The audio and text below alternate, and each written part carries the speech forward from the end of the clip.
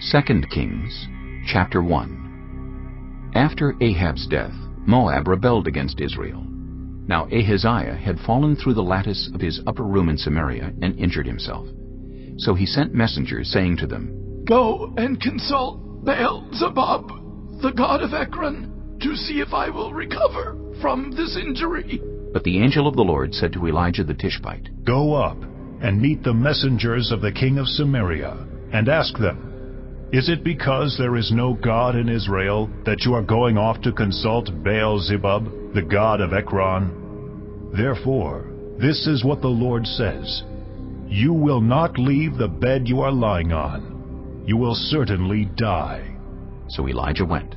When the messengers returned to the king, he asked them, "Why have you come back?" "A man came to meet us," they replied. "and he said to us, 'Go back to the king who sent you and tell him, this is what the Lord says. Is it because there is no God in Israel that you are sending messengers to consult Baal-zebub, the god of Ekron? Therefore you will not leave the bed you are lying on. You will certainly die.'" The king asked them, "What kind of man was it who came to meet you and told you this?" They replied. "He had a garment of hair and had a leather belt around his waist." The king said, "That was Elijah, the Tishbite." Then he sent to Elijah a captain with his company of 50 men. The captain went up to Elijah, who was sitting on the top of a hill, and said to him, "Man of God, the king says, 'Come down.'" Elijah answered the captain, "If I am a man of God, may fire come down from heaven and consume you and your 50 men." Then fire fell from heaven and consumed the captain and his men. At this the king sent to Elijah another captain with his 50 men. The captain said to him, "Man of God, this is what the king says. Come down at once." "If I am a man of God," Elijah replied, "may fire come down from heaven and consume you and your 50 men." Then the fire of God fell from heaven and consumed him and his 50 men. So the king sent a third captain with his 50 men. This third captain went up and fell on his knees before Elijah. "Man of God," he begged, "please have respect for my life and the lives of these 50 men, your servants. See, fire has fallen from heaven and consumed the first 2 captains and all their men. But now have respect for my life." The angel of the Lord said to Elijah, "Go down with him. Do not be afraid of him." So Elijah got up and went down with him to the king. He told the king, "This is what the Lord says. Is it because there is no God in Israel for you to consult that you have sent messengers to consult Baal-zebub, the god of Ekron? Because you have done this, you will never leave the bed you are lying on. You will certainly die." So he died, according to the word of the Lord that Elijah had spoken. Because Ahaziah had no son, Joram succeeded him as king in the 2nd year of Jehoram, son of Jehoshaphat, king of Judah. As for all the other events of Ahaziah's reign, and what he did, are they not written in the book of the annals of the kings of Israel?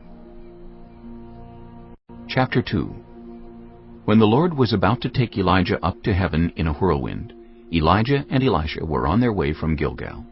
Elijah said to Elisha, "Stay here.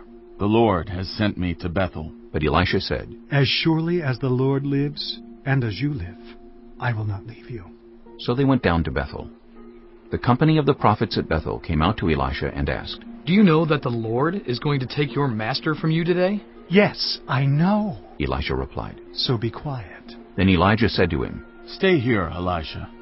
The Lord has sent me to Jericho." And he replied, "As surely as the Lord lives, and as you live, I will not leave you." So they went to Jericho. The company of the prophets at Jericho went up to Elisha and asked him, "Do you know that the Lord is going to take your master from you today?" "Yes, I know," he replied.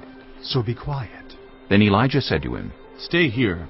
The Lord has sent me to the Jordan." And he replied, "As surely as the Lord lives, and as you live, I will not leave you." So the 2 of them walked on.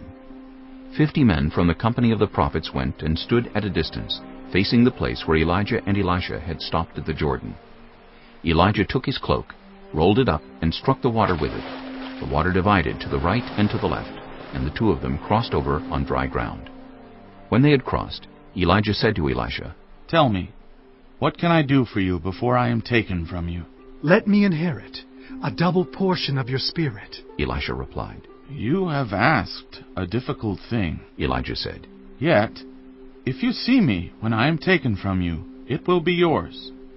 Otherwise, it will not. As they were walking along and talking together, suddenly a chariot of fire and horses of fire appeared, and separated the two of them. And Elijah went up to heaven in a whirlwind. Elisha saw this and cried out, My father! My father! The chariots and horsemen of Israel! And Elisha saw him no more. Then he took hold of his garment and tore it in two. Elisha then picked up Elijah's cloak that had fallen from him and went back and stood on the bank of the Jordan. He took the cloak that had fallen from Elijah and struck the water with it. Where now is the Lord, the God of Elijah? He asked. When he struck the water, it divided to the right and to the left, and he crossed over. The company of the prophets from Jericho who were watching said, The spirit of Elijah is resting on Elisha. And they went to meet him and bowed to the ground before him. Look, they said, we, your servants, have 50 able men. Let them go and look for your master.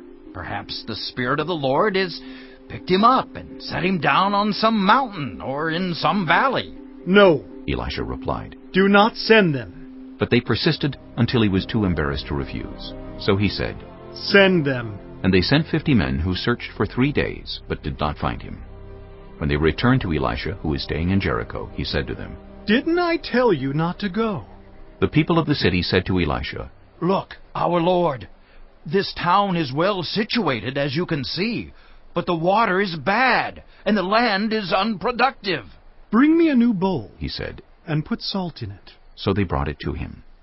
Then he went out to the spring and threw the salt into it, saying, This is what the Lord says. I have healed this water. Never again will it cause death or make the land unproductive. And the water has remained pure to this day, according to the word Elisha had spoken. From there Elisha went up to Bethel. As he was walking along the road, some boys came out of the town and jeered at him. Get out of here, Baldy, they said. Get out of here, Baldy. He turned around, looked at them, and called down a curse on them in the name of the Lord. Then 2 bears came out of the woods and mauled 42 of the boys.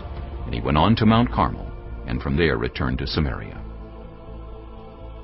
Chapter 3. Joram, son of Ahab, became king of Israel in Samaria in the 18th year of Jehoshaphat, king of Judah, and he reigned 12 years. He did evil in the eyes of the Lord, but not as his father and mother had done. He got rid of the sacred stone of Baal that his father had made. Nevertheless, he clung to the sins of Jeroboam son of Nebat, which he had caused Israel to commit. He did not turn away from them. Now Mesha, king of Moab, raised sheep, and he had to pay the king of Israel a tribute of 100,000 lambs and the wool of 100,000 rams. But after Ahab died, the king of Moab rebelled against the king of Israel. So at that time King Joram set out from Samaria and mobilized all Israel. He also sent this message to Jehoshaphat, king of Judah. The king of Moab has rebelled against me. Will you go with me to fight against Moab? I will go with you, he replied. I am as you are, my people as your people, my horses as your horses. By what route shall we attack? He asked. Through the desert of Edom, he answered. So the king of Israel set out with the king of Judah and the king of Edom. After a roundabout march of 7 days, the army had no more water for themselves or for the animals with them. What? Exclaimed the king of Israel. Has the Lord called us 3 kings together only to deliver us into the hands of Moab? But Jehoshaphat asked, Is there no prophet of the Lord here, through whom we may inquire of the Lord? An officer of the king of Israel answered, Elisha, son of Shaphat, is here. He used to pour water on the hands of Elijah. Jehoshaphat said, The word of the Lord is with him. So the king of Israel and Jehoshaphat and the king of Edom went down to him. Elisha said to the king of Israel, Why do you want to involve me? Go to the prophets of your father and the prophets of your mother. No, the king of Israel answered, because it was the Lord who called us 3 kings together to deliver us into the hands of Moab. Elisha said, As surely as the Lord Almighty lives, whom I serve, if I did not have respect for the presence of Jehoshaphat, king of Judah, I would not pay any attention to you. But now, bring me a harpist. While the harpist was playing, the hand of the Lord came on Elisha, and he said, This is what the Lord says. I will fill this valley with pools of water. For this is what the Lord says, You will see neither wind nor rain, yet this valley will be filled with water, and you, your cattle, and your other animals will drink. This is an easy thing in the eyes of the Lord. He will also deliver Moab into your hands.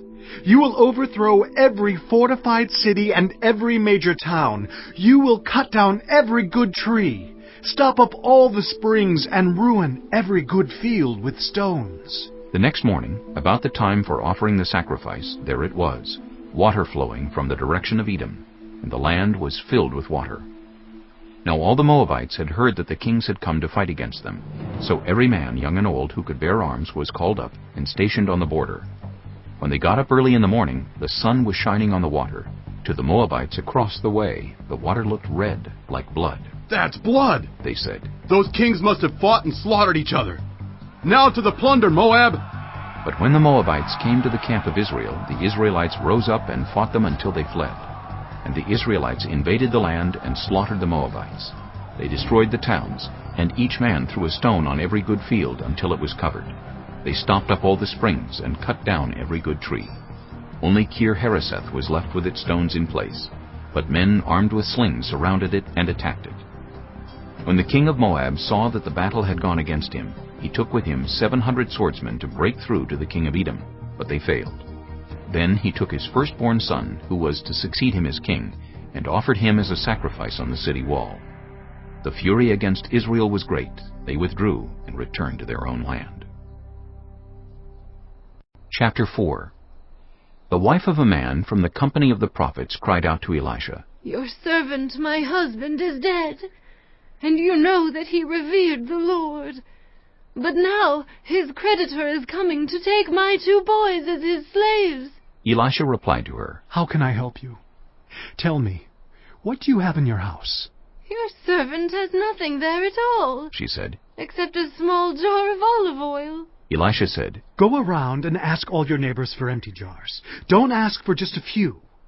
Then go inside and shut the door behind you and your sons. Pour oil into all the jars, and as each is filled, put it to one side. She left him and shut the door behind her and her sons. They brought the jars to her, and she kept pouring. When all the jars were full, she said to her son, Bring me another one. But he replied, There's not a jar left. Then the oil stopped flowing. She went and told the man of God, and he said, Go sell the oil and pay your debts. You and your sons can live on what is left. One day Elisha went to Shunem, and a well-to-do woman was there, who urged him to stay for a meal. So whenever he came by, he stopped there to eat. She said to her husband, I know that this man who often comes our way is a holy man of God. Let's make a small room on the roof, and put in it a bed and a table, a chair and a lamp for him. Then he can stay there whenever he comes to us. One day when Elisha came, he went up to his room and lay down there. He said to his servant Gehazi, Call the Shunammite. So he called her, and she stood before him. Elisha said to him, Tell her, You have gone to all this trouble for us. Now, what can be done for you? Can we speak on your behalf to the king or the commander of the army? She replied, I have a home among my own people. What can be done for her? Elisha asked. Gehazi said, She has no son, and her husband is old. Then Elisha said, Call her. So he called her, and she stood in the doorway. About this time next year, Elisha said, You will hold a son in your arms. No, my lord, she objected. Please, man of God, don't mislead your servant. But the woman became pregnant, and the next year about that same time she gave birth to a son, just as Elisha had told her. The child grew, and one day he went out to his father, who was with the reapers. He said to his father, My head, my head. His father told a servant, Carry him to his mother. After the servant had lifted him up and carried him to his mother, the boy sat on her lap until noon, and then he died. She went up and laid him on the bed of the man of God, then shut the door and went out.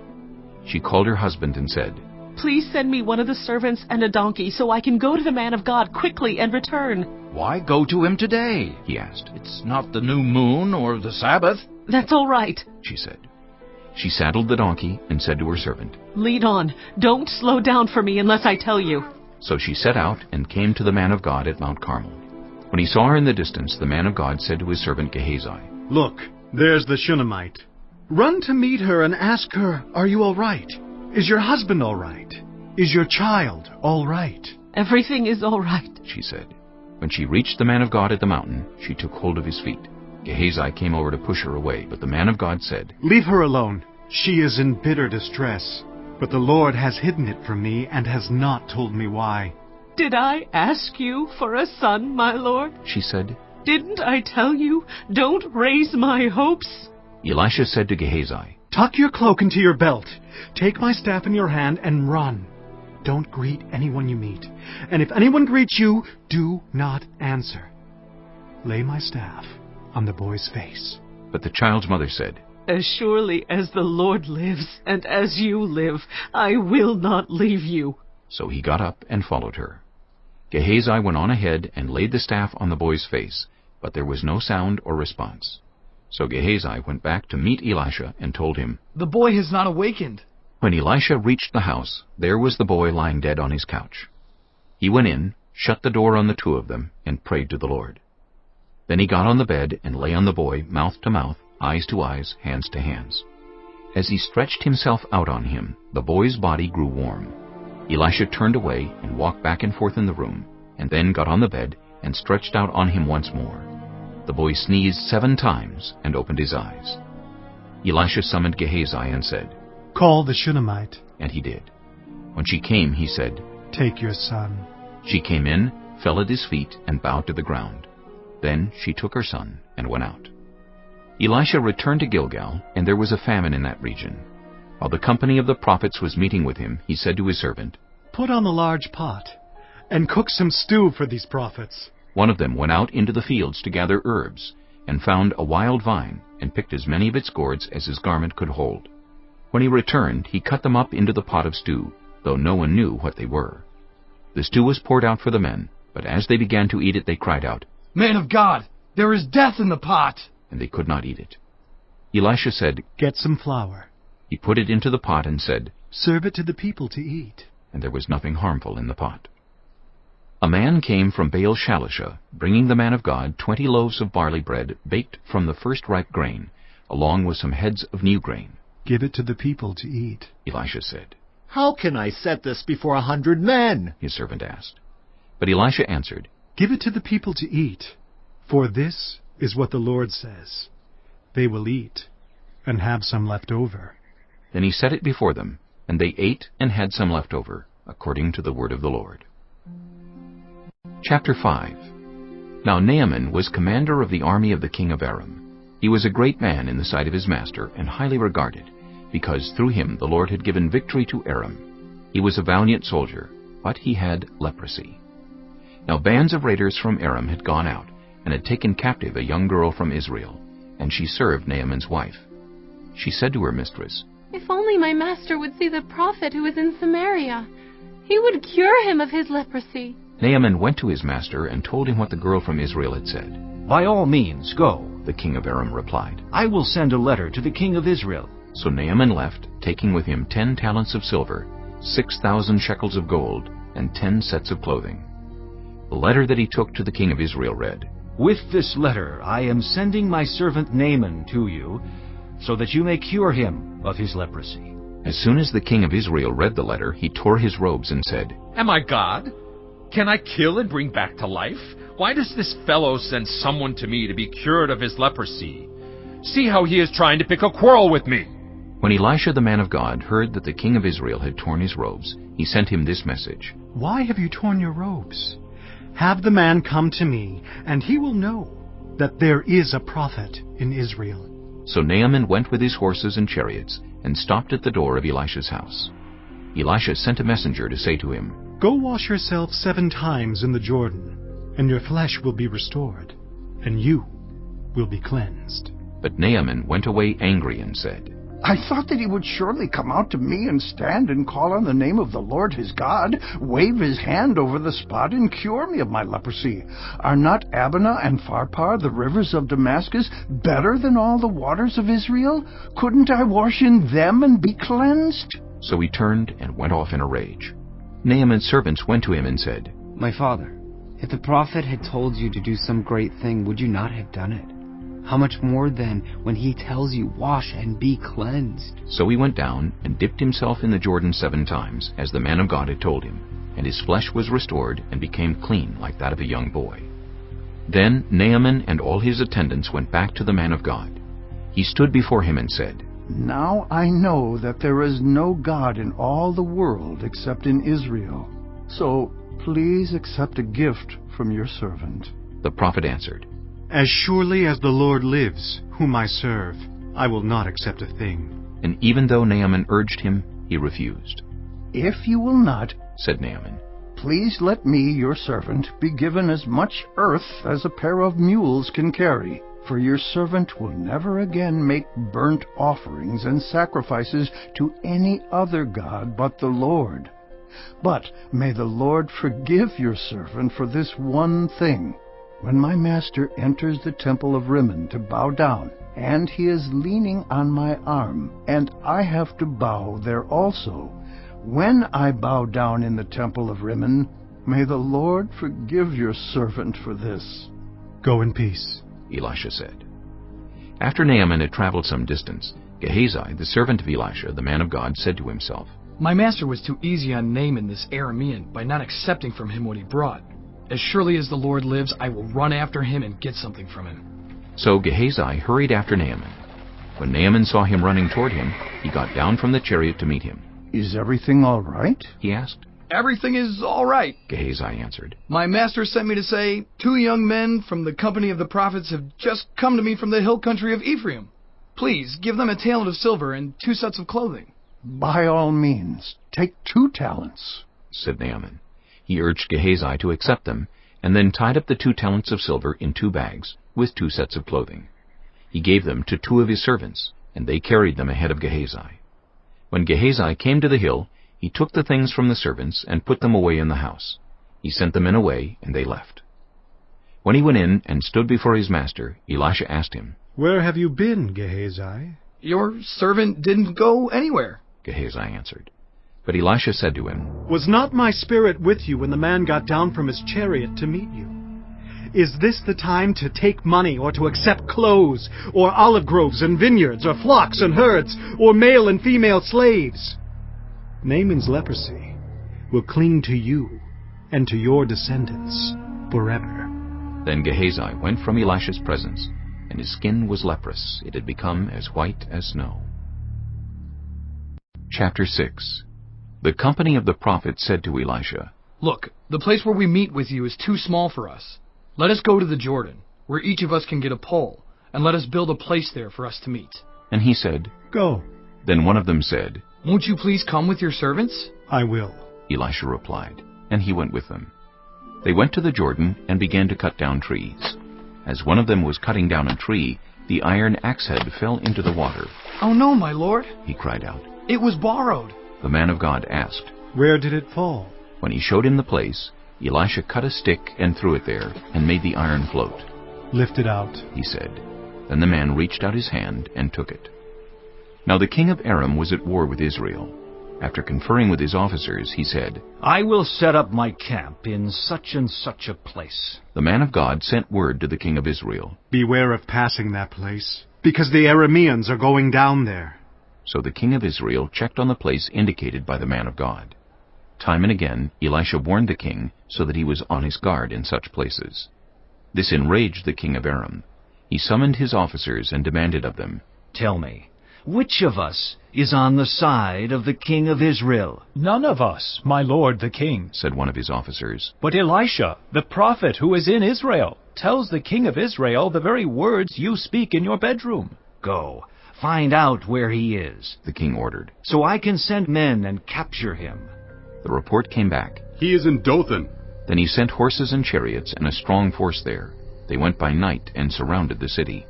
When the servant of the man of God got up and went out early the next morning, an army with horses and chariots had surrounded the city. Oh no, my lord! What shall we do? The servant asked. Don't be afraid, the prophet answered. Those who are with us are more than those who are with them. And Elisha prayed, Open his eyes, Lord, so that he may see.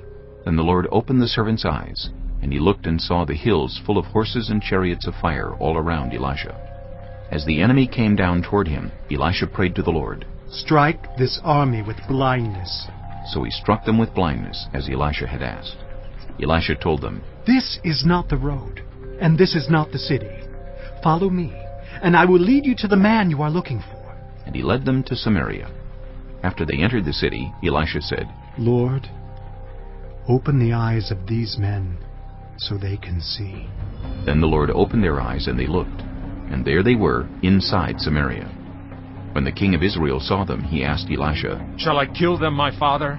Shall I kill them?" "Do not kill them," he answered. "Would you kill those you have captured with your own sword or bow? Set food and water before them so that they may eat and drink and then go back to their master." So he prepared a great feast for them, and after they had finished eating and drinking, he sent them away, and they returned to their master. So the bands from Aram stopped raiding Israel's territory. Some time later, Ben-Hadad, king of Aram, mobilized his entire army and marched up and laid siege to Samaria. There was a great famine in the city. The siege lasted so long that a donkey's head sold for 80 shekels of silver, and a quarter of a cab of seed pods for 5 shekels.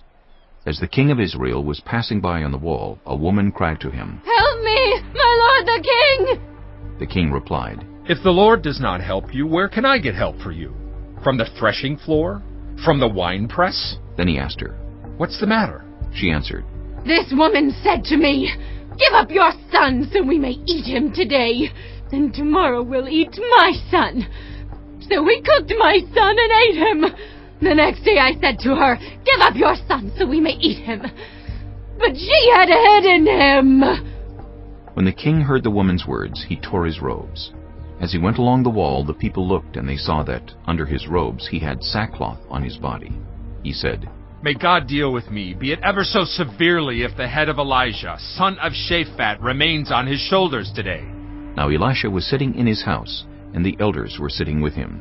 The king sent a messenger ahead, but before he arrived, Elisha said to the elders, "Don't you see how this murderer is sending someone to cut off my head? Look, when the messenger comes, shut the door and hold it shut against him. Is not the sound of his master's footsteps behind him?" While he was still talking to them, the messenger came down to him. The king said, "This disaster is from the Lord. Why should I wait for the Lord any longer?" Chapter 7. Elisha replied, "Hear the word of the Lord. This is what the Lord says. About this time tomorrow, a seah of the finest flour will sell for a shekel, and 2 seahs of barley for a shekel at the gate of Samaria."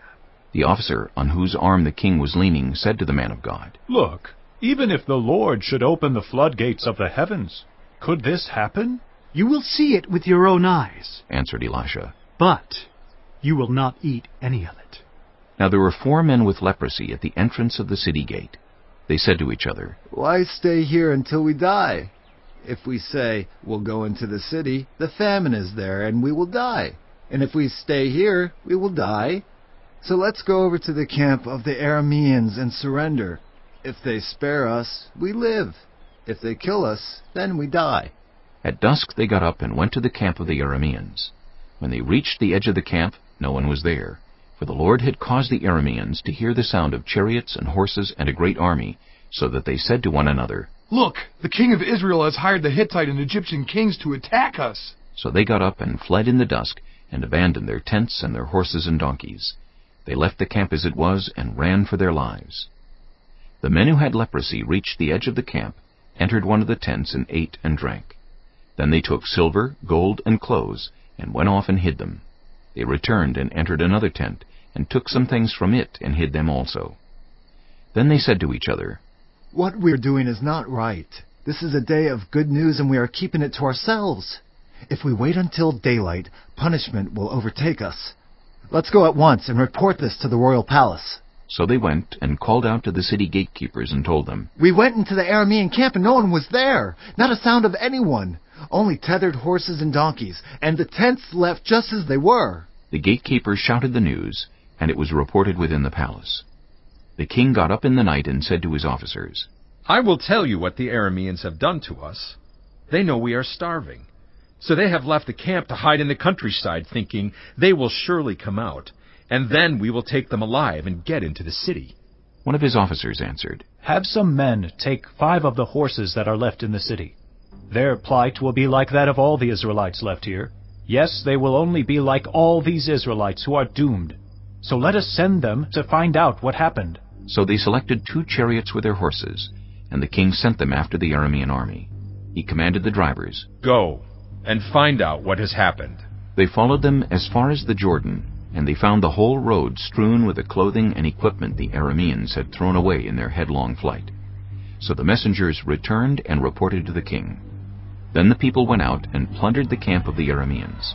So a seah of the finest flour sold for a shekel, and 2 seahs of barley sold for a shekel, as the Lord had said.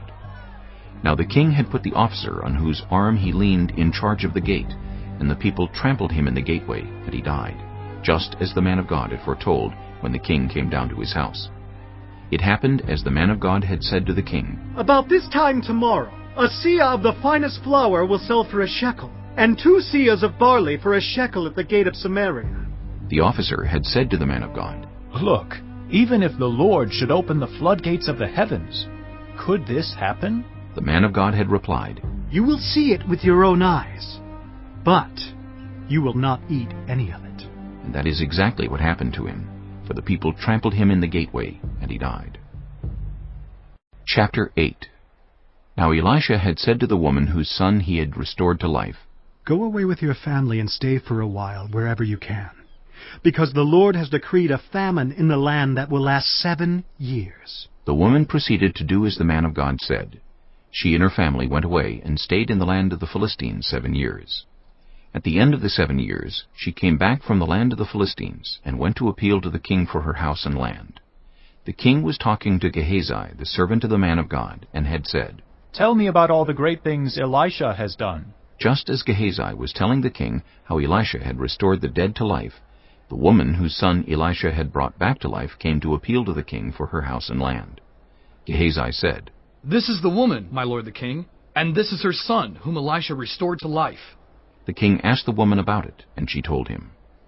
Then he assigned an official to her case and said to him, "Give back everything that belonged to her, including all the income from her land from the day she left the country until now." Elisha went to Damascus, and Ben-Hadad, king of Aram, was ill. When the king was told, "The man of God has come all the way up here," he said to Hazael, "Take a gift with you, and go to meet the man of God. Consult the Lord through him. Ask him, 'Will I recover from this illness?'" Hazael went to meet Elisha, taking with him as a gift 40 camel loads of all the finest wares of Damascus.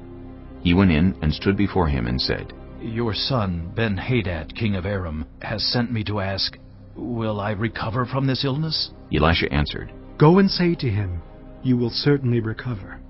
Nevertheless, the Lord has revealed to me that he will in fact die."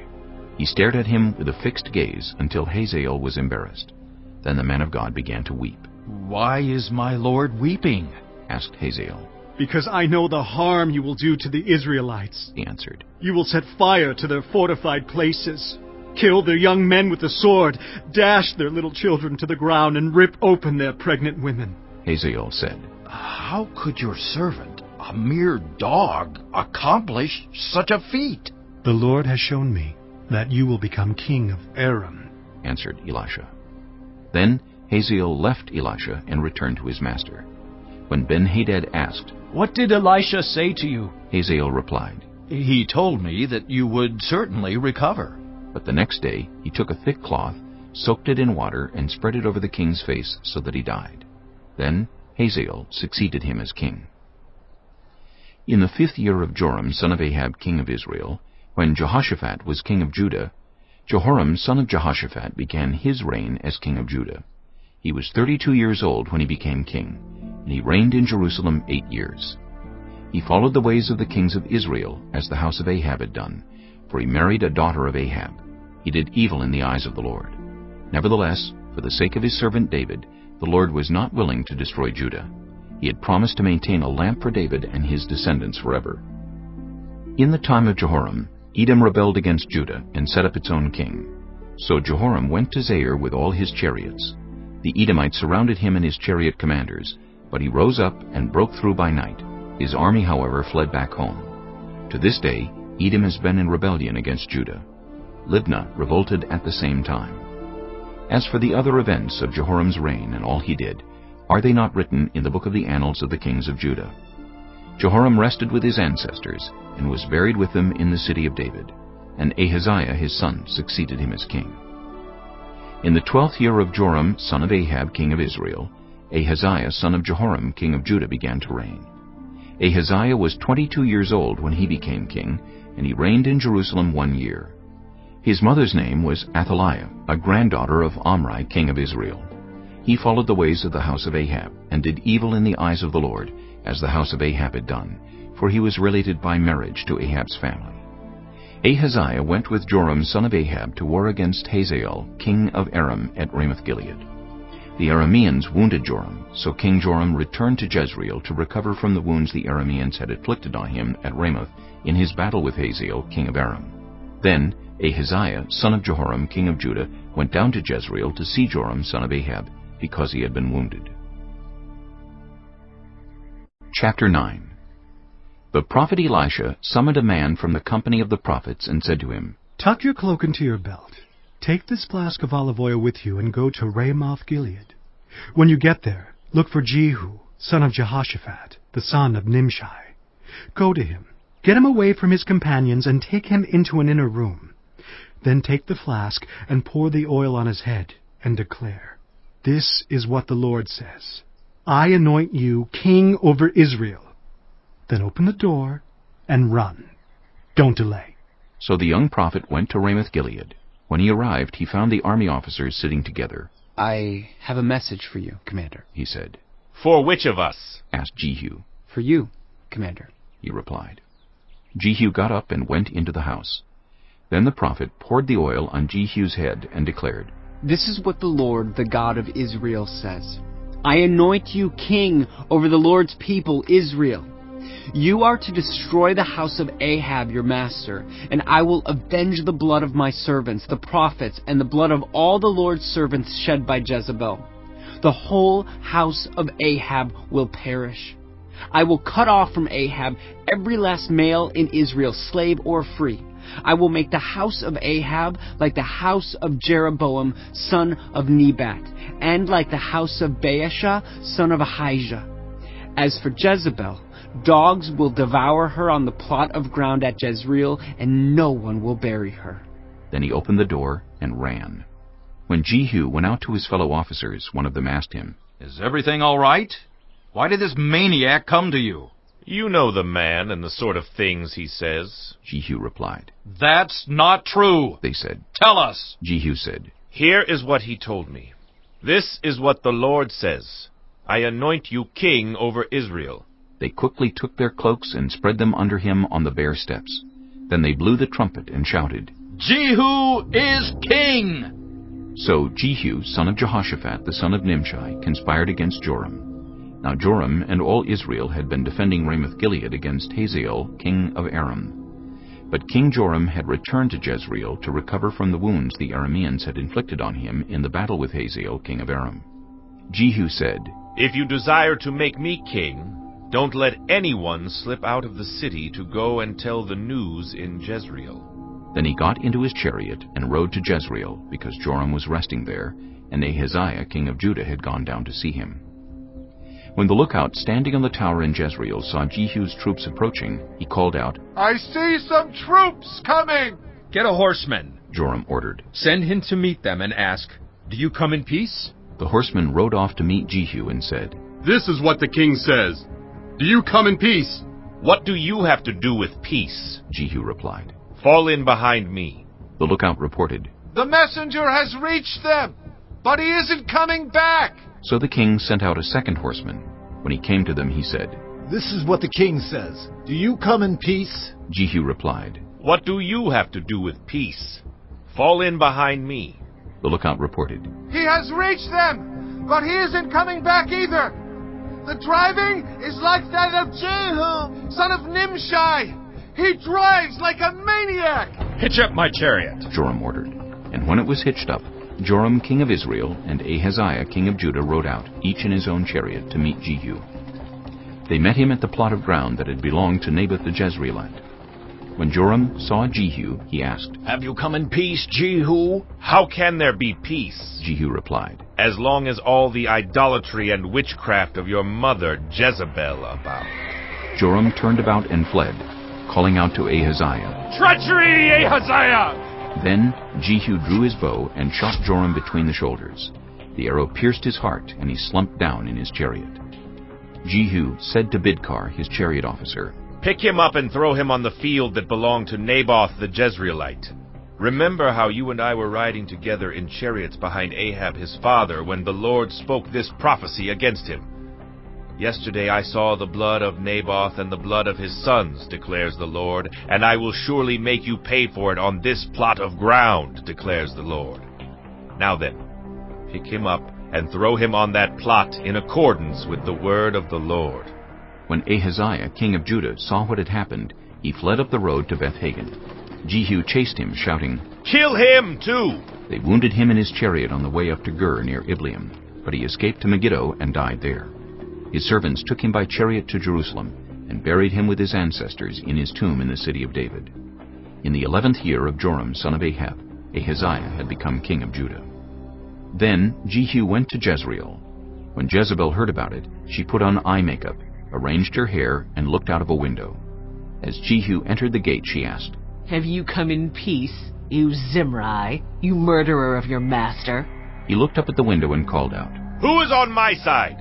Who?" 2 or 3 eunuchs looked down at him. "Throw her down," Jehu said. So they threw her down, and some of her blood spattered the wall and the horses as they trampled her underfoot. Jehu went in and ate and drank. "Take care of that cursed woman," he said, "and bury her, for she was a king's daughter." But when they went out to bury her, they found nothing except her skull, her feet, and her hands. They went back and told Jehu, who said, "This is the word of the Lord that he spoke through his servant Elijah the Tishbite. On the plot of ground at Jezreel, dogs will devour Jezebel's flesh. Jezebel's body will be like dung on the ground in the plot at Jezreel, so that no one will be able to say, 'This is Jezebel.'" Chapter 10. Now there were in Samaria 70 sons of the house of Ahab. So Jehu wrote letters and sent them to Samaria, to the officials of Jezreel, to the elders, and to the guardians of Ahab's children. He said, "You have your master's sons with you, and you have chariots and horses, a fortified city and weapons. Now, as soon as this letter reaches you, choose the best and most worthy of your master's sons, and set him on his father's throne. Then fight for your master's house." But they were terrified and said, "If 2 kings could not resist him, how can we?" So the palace administrator, the city governor, the elders, and the guardians sent this message to Jehu. "We are your servants, and we will do anything you say. We will not appoint anyone as king. You do whatever you think best." Then Jehu wrote them a second letter, saying, "If you are on my side and will obey me, take the heads of your master's sons and come to me in Jezreel by this time tomorrow." Now the royal princes, 70 of them, were with the leading men of the city, who were rearing them. When the letter arrived, these men took the princes and slaughtered all 70 of them. They put their heads in baskets and sent them to Jehu in Jezreel. When the messenger arrived, he told Jehu, "They have brought the heads of the princes." Then Jehu ordered, "Put them in 2 piles at the entrance of the city gate until morning." The next morning Jehu went out. He stood before all the people and said, "You are innocent. It was I who conspired against my master and killed him. But who killed all these? Know then that not a word the Lord has spoken against the house of Ahab will fail. The Lord has done what he announced through his servant Elijah." So Jehu killed everyone in Jezreel who remained of the house of Ahab, as well as all his chief men, his close friends, and his priests, leaving him no survivor. Jehu then set out and went toward Samaria. At Beth-Eked of the shepherds, he met some relatives of Ahaziah, king of Judah, and asked, "Who are you?" They said, "We are relatives of Ahaziah, and we have come down to greet the families of the king and of the queen mother." "Take them alive," he ordered. So they took them alive and slaughtered them by the well of Beth-Eked, 42 of them. He left no survivor. After he left there, he came upon Jehonadab, son of Rechab, who was on his way to meet him. Jehu greeted him and said, Are you in accord with me as I am with you? I am, Jehonadab answered. If so, said Jehu, give me your hand. So he did, and Jehu helped him up into the chariot. Jehu said, Come with me and see my zeal for the Lord. Then he had him ride along in his chariot. When Jehu came to Samaria, he killed all who were left there of Ahab's family. He destroyed them, according to the word of the Lord, spoken to Elijah. Then Jehu brought all the people together and said to them, Ahab served Baal a little. Jehu will serve him much. Now summon all the prophets of Baal, all his servants, and all his priests. See that no one is missing, because I am going to hold a great sacrifice for Baal. Anyone who fails to come will no longer live. But Jehu was acting deceptively in order to destroy the servants of Baal. Jehu said, Call an assembly in honor of Baal. So they proclaimed it. Then he sent word throughout Israel, and all the servants of Baal came. Not one stayed away. They crowded into the temple of Baal until it was full from one end to the other. And Jehu said to the keeper of the wardrobe, Bring robes for all the servants of Baal. So he brought out robes for them. Then Jehu and Jehonadab, son of Rechab, went into the temple of Baal. Jehu said to the servants of Baal, Look around and see that no one who serves the Lord is here with you, only servants of Baal. So they went in to make sacrifices and burnt offerings. Now Jehu had posted 80 men outside with this warning, If one of you lets any of the men I am placing in your hands escape, it will be your life for his life. As soon as Jehu had finished making the burnt offering, he ordered the guards and officers, Go in and kill them! Let no one escape! So they cut them down with the sword. The guards and officers threw the bodies out and then entered the inner shrine of the temple of Baal. They brought the sacred stone out of the temple of Baal and burned it. They demolished the sacred stone of Baal and tore down the temple of Baal, and people have used it for a latrine to this day. So Jehu destroyed Baal worship in Israel. However, he did not turn away from the sins of Jeroboam son of Nebat, which he had caused Israel to commit, the worship of the golden calves at Bethel and Dan. The Lord said to Jehu, Because you have done well in accomplishing what is right in my eyes, and have done to the house of Ahab all I had in mind to do, your descendants will sit on the throne of Israel to the 4th generation. Yet Jehu was not careful to keep the law of the Lord, the God of Israel, with all his heart. He did not turn away from the sins of Jeroboam, which he had caused Israel to commit. In those days, the Lord began to reduce the size of Israel. Hazael overpowered the Israelites throughout their territory east of the Jordan in all the land of Gilead, the region of Gad, Reuben, and Manasseh, from Aroer by the Arnon Gorge through Gilead to Bashan. As for the other events of Jehu's reign, all he did and all his achievements, are they not written in the book of the annals of the kings of Israel? Jehu rested with his ancestors and was buried in Samaria, and Jehoahaz his son succeeded him as king. The time that Jehu reigned over Israel in Samaria was 28 years. Chapter 11. When Athaliah, the mother of Ahaziah, saw that her son was dead, she proceeded to destroy the whole royal family. But Jehosheba, the daughter of King Jehoram and sister of Ahaziah, took Joash, son of Ahaziah, and stole him away from among the royal princes who were about to be murdered. She put him and his nurse in a bedroom to hide him from Athaliah, so he was not killed. He remained hidden with his nurse at the temple of the Lord for 6 years, while Athaliah ruled the land. In the 7th year, Jehoiada sent for the commanders of units of 100, the Kerites and the guards, and had them brought to him at the temple of the Lord.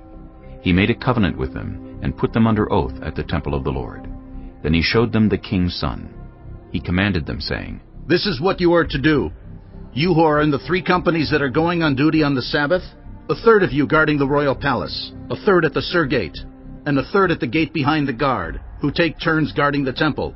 And you who are in the other 2 companies that normally go off Sabbath duty are all to guard the temple for the king. Station yourselves around the king, each of you with weapon in hand. Anyone who approaches your ranks is to be put to death. Stay close to the king wherever he goes. The commanders of units of 100 did just as Jehoiada the priest ordered. Each one took his men, those who were going on duty on the Sabbath and those who were going off duty, and came to Jehoiada the priest. Then he gave the commanders the spears and shields that had belonged to King David, and that were in the temple of the Lord. The guards, each with weapon in hand, stationed themselves around the king, near the altar in the temple, from the south side to the north side of the temple. Jehoiada brought out the king's son and put the crown on him. He presented him with a copy of the covenant and proclaimed him king. They anointed him, and the people clapped their hands and shouted, "Long live the king!" When Athaliah heard the noise made by the guards and the people, she went to the people at the temple of the Lord. She looked, and there was the king, standing by the pillar as the custom was. The officers and the trumpeters were beside the king, and all the people of the land were rejoicing and blowing trumpets. Then Athaliah tore her robes and called out, "Treason! Treason!" Jehoiada the priest ordered the commanders of units of 100 who were in charge of the troops, "Bring her out between the ranks, and put to the sword anyone who follows her." For the priest had said, "She must not be put to death in the temple of the Lord." So they seized her as she reached the place where the horses enter the palace grounds, and there she was put to death. Jehoiada then made a covenant between the Lord and the king and people, that they would be the Lord's people. He also made a covenant between the king and the people.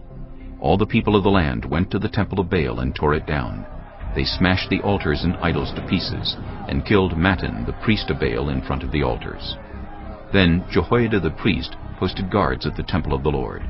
He took with him the commanders of hundreds, the Kerites, the guards, and all the people of the land, and together they brought the king down from the temple of the Lord, and went into the palace, entering by way of the gate of the guards. The king then took his place on the royal throne. All the people of the land rejoiced, and the city was calm, because Athaliah had been slain with a sword at the palace. Joash was 7 years old when he began to reign. Chapter 12. In the 7th year of Jehu, Joash became king, and he reigned in Jerusalem 40 years. His mother's name was Zibiah. She was from Beersheba. Joash did what was right in the eyes of the Lord all the years Jehoiada the priest instructed him. The high places, however, were not removed. The people continued to offer sacrifices and burn incense there. Joash said to the priests, "Collect all the money that is brought as sacred offerings to the temple of the Lord, the money collected in the census, the money received from personal vows, and the money brought voluntarily to the temple. Let every priest receive the money from one of the treasurers. Then use it to repair whatever damage is found in the temple." But by the 23rd year of King Joash, the priests still had not repaired the temple. Therefore King Joash summoned Jehoiada the priest and the other priests and asked them, "Why aren't you repairing the damage done to the temple? Take no more money from your treasurers, but hand it over for repairing the temple." The priests agreed that they would not collect any more money from the people, and that they would not repair the temple themselves. Jehoiada the priest took a chest and bored a hole in its lid. He placed it beside the altar on the right side as one enters the temple of the Lord. The priests who guarded the entrance put into the chest all the money that was brought to the temple of the Lord. Whenever they saw that there was a large amount of money in the chest, the royal secretary and the high priest came, counted the money that had been brought into the temple of the Lord, and put it into bags. When the amount had been determined, they gave the money to the men appointed to supervise the work on the temple. With it they paid those who worked on the temple of the Lord, the carpenters and builders, the masons and stonecutters. They purchased timber and blocks of dressed stone for the repair of the temple of the Lord, and met all the other expenses of restoring the temple. The money brought into the temple was not spent for making silver basins, wick trimmers, sprinkling bowls, trumpets, or any other articles of gold or silver for the temple of the Lord. It was paid to the workers who used it to repair the temple. They did not require an accounting from those to whom they gave the money to pay the workers, because they acted with complete honesty. The money from the guilt offerings and sin offerings was not brought into the temple of the Lord, it belonged to the priests. About this time, Hazael, king of Aram, went up and attacked Gath and captured it. Then he turned to attack Jerusalem. But Joash, king of Judah, took all the sacred objects dedicated by his predecessors, Jehoshaphat, Jehoram, and Ahaziah, the kings of Judah, and the gifts he himself had dedicated, and all the gold found in the treasuries of the temple of the Lord and of the royal palace, and he sent them to Hazael, king of Aram, who then withdrew from Jerusalem. As for the other events of the reign of Joash and all he did, are they not written in the book of the annals of the kings of Judah? His officials conspired against him and assassinated him at Beth Millo, on the road down to Silla. The officials who murdered him were Jozabad, son of Shimeath, and Jehozabad, son of Shomer. He died and was buried with his ancestors in the city of David, and Amaziah his son succeeded him as king. Chapter 13. In the 23rd year of Joash, son of Ahaziah, king of Judah, Jehoahaz, son of Jehu, became king of Israel in Samaria, and he reigned 17 years. He did evil in the eyes of the Lord by following the sins of Jeroboam, son of Nebat, which he had caused Israel to commit, and he did not turn away from them. So the Lord's anger burned against Israel, and for a long time he kept them under the power of Hazael, king of Aram, and Ben-Hadad his son. Then Jehoahaz sought the Lord's favor, and the Lord listened to him, for he saw how severely the king of Aram was oppressing Israel. The Lord provided a deliverer for Israel, and they escaped from the power of Aram. So the Israelites lived in their own homes as they had before. But they did not turn away from the sins of the house of Jeroboam, which he had caused Israel to commit. They continued in them. Also the Asherah pole remained standing in Samaria. Nothing had been left of the army of Jehoahaz except 50 horsemen, 10 chariots, and 10,000 foot soldiers, for the king of Aram had destroyed the rest and made them like the dust at threshing time. As for the other events of the reign of Jehoahaz, all he did and his achievements, are they not written in the book of the annals of the kings of Israel? Jehoahaz rested with his ancestors and was buried in Samaria, and Jehoash his son succeeded him as king. In the 37th year of Joash king of Judah, Jehoash son of Jehoahaz became king of Israel in Samaria, and he reigned 16 years. He did evil in the eyes of the Lord, and did not turn away from any of the sins of Jeroboam son of Nebat, which he had caused Israel to commit. He continued in them. As for the other events of the reign of Jehoash, all he did and his achievements, including his war against Amaziah king of Judah, are they not written in the book of the annals of the kings of Israel? Jehoash rested with his ancestors, and Jeroboam succeeded him on the throne. Jehoash was buried in Samaria with the kings of Israel.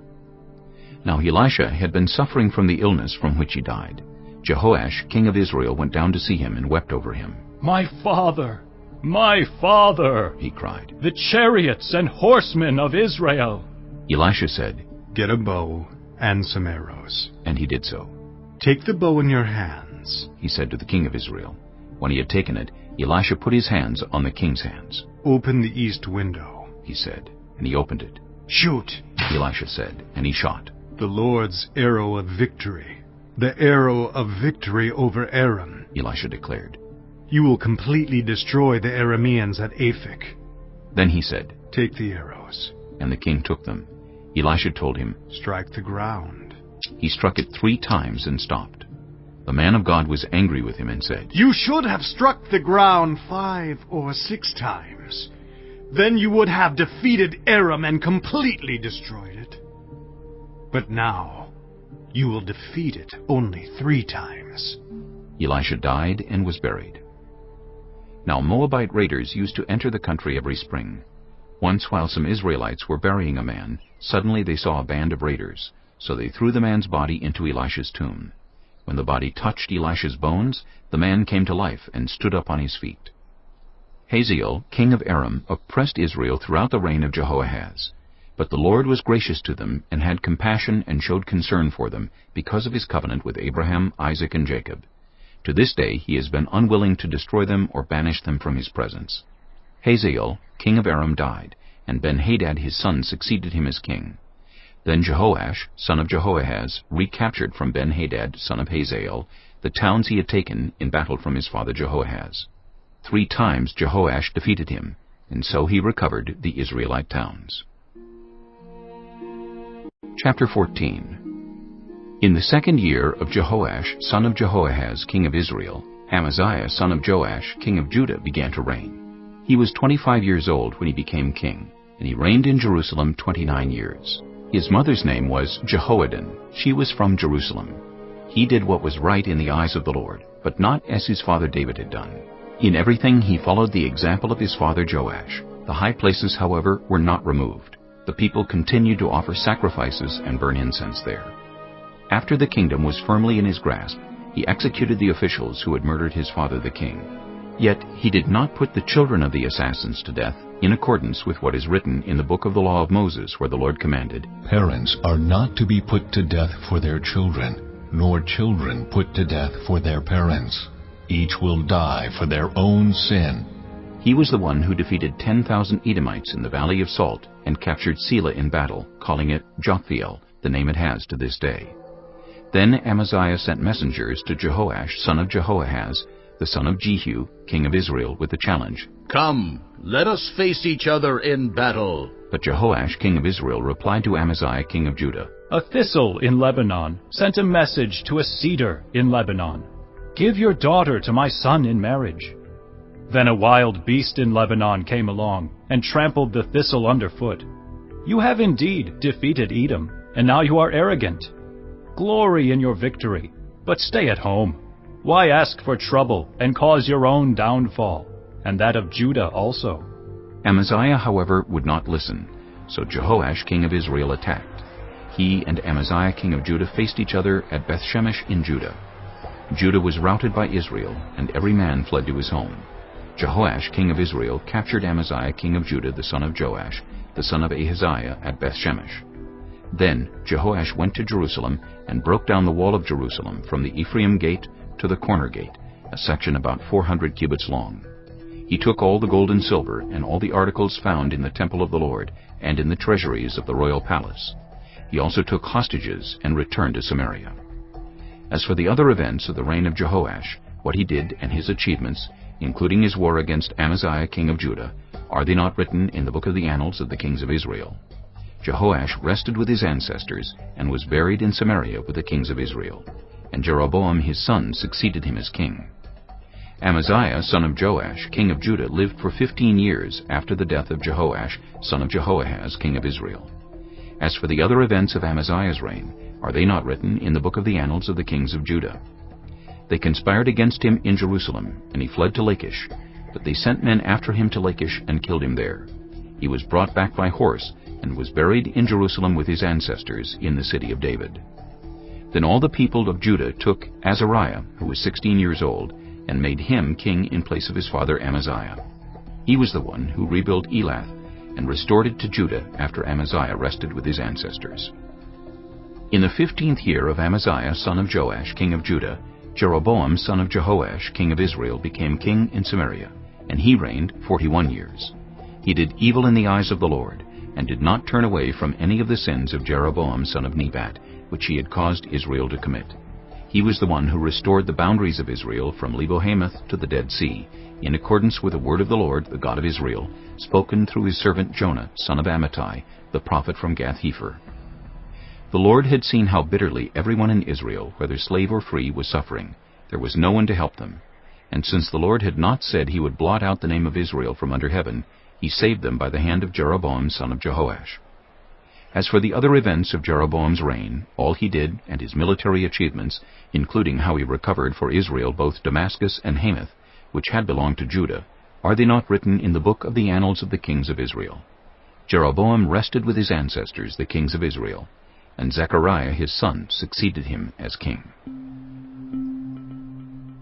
Chapter 15. In the 27th year of Jeroboam king of Israel, Azariah's son Amaziah, king of Judah, began to reign. He was 16 years old when he became king, and he reigned in Jerusalem 52 years. His mother's name was Jechaliah. She was from Jerusalem. He did what was right in the eyes of the Lord, just as his father Amaziah had done. The high places, however, were not removed. The people continued to offer sacrifices and burn incense there. The Lord afflicted the king with leprosy until the day he died, and he lived in a separate house. Jotham, the king's son, had charge of the palace and governed the people of the land. As for the other events of Azariah's reign and all he did, are they not written in the book of the annals of the kings of Judah? Azariah rested with his ancestors and was buried near them in the city of David. And Jotham his son succeeded him as king. In the 38th year of Azariah king of Judah, Zechariah son of Jeroboam became king of Israel in Samaria, and he reigned 6 months. He did evil in the eyes of the Lord, as his predecessors had done. He did not turn away from the sins of Jeroboam son of Nebat, which he had caused Israel to commit. Shallum son of Jabesh conspired against Zechariah. He attacked him in front of the people, assassinated him, and succeeded him as king. The other events of Zechariah's reign are written in the book of the annals of the kings of Israel. So the word of the Lord spoken to Jehu was fulfilled. Your descendants will sit on the throne of Israel to the 4th generation. Shallum son of Jabesh became king in the 39th year of Uzziah king of Judah, and he reigned in Samaria 1 month. Then Menahem, son of Gadi, went from Tirzah up to Samaria. He attacked Shallum, son of Jabesh, in Samaria, assassinated him, and succeeded him as king. The other events of Shallum's reign and the conspiracy he led are written in the book of the annals of the kings of Israel.